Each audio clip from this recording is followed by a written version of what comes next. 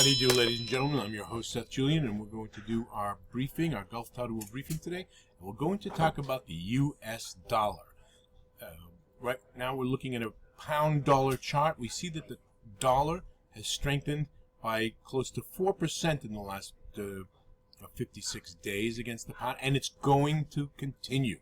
The United States is going to announce on Wednesday the FOMC statement, its intentions for the near term with respect to interest rates and stimulus. They're going to cut back stimulus significantly because inflation is running wild.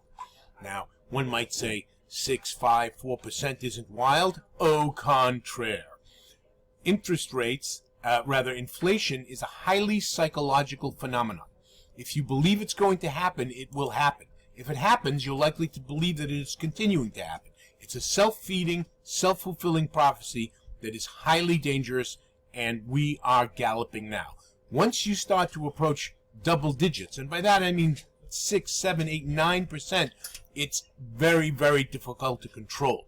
And so as inflation gallops further, the Central Bank of the United States, in the guise of the FOMC, is what you see on this report, the Federal Open Market Committee, they're the rate-setting body of the Federal Reserve Bank of the United States, is going to cut back stimulus spending, which is now in the neighborhood of about $80 billion a month. They're going to cut that back down to zero, and then they're going to start raising the price of cash, commonly known as interest.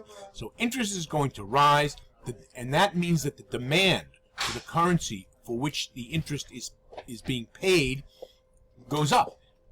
And that is a function of what's called the carry trade. It simply means it's a complicated jargonistic term for a very simple phenomenon.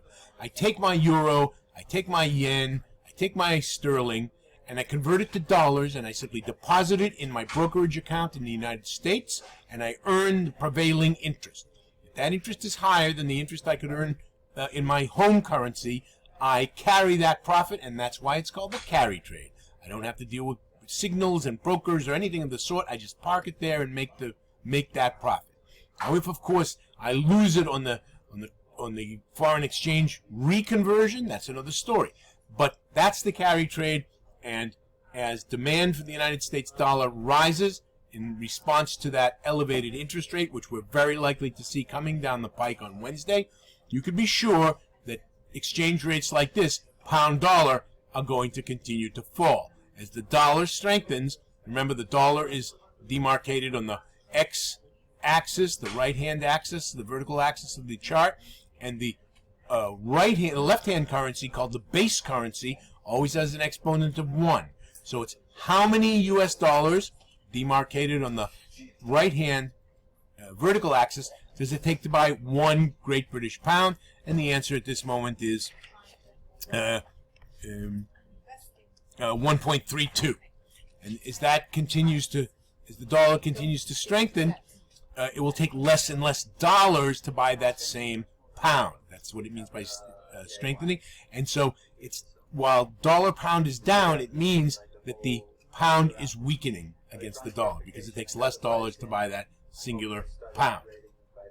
So, ladies and gentlemen, we're going to end our brief here simply by saying that the dollar is likely to strengthen, particularly so in the coming FOMC market statement that's going to be out on Wednesday. Keep your eyes on that, and be prepared for further dollar strength in the future. And so, ladies and gentlemen, with that, we're going to wish you all the ability to trade with confidence. Bye-bye for now.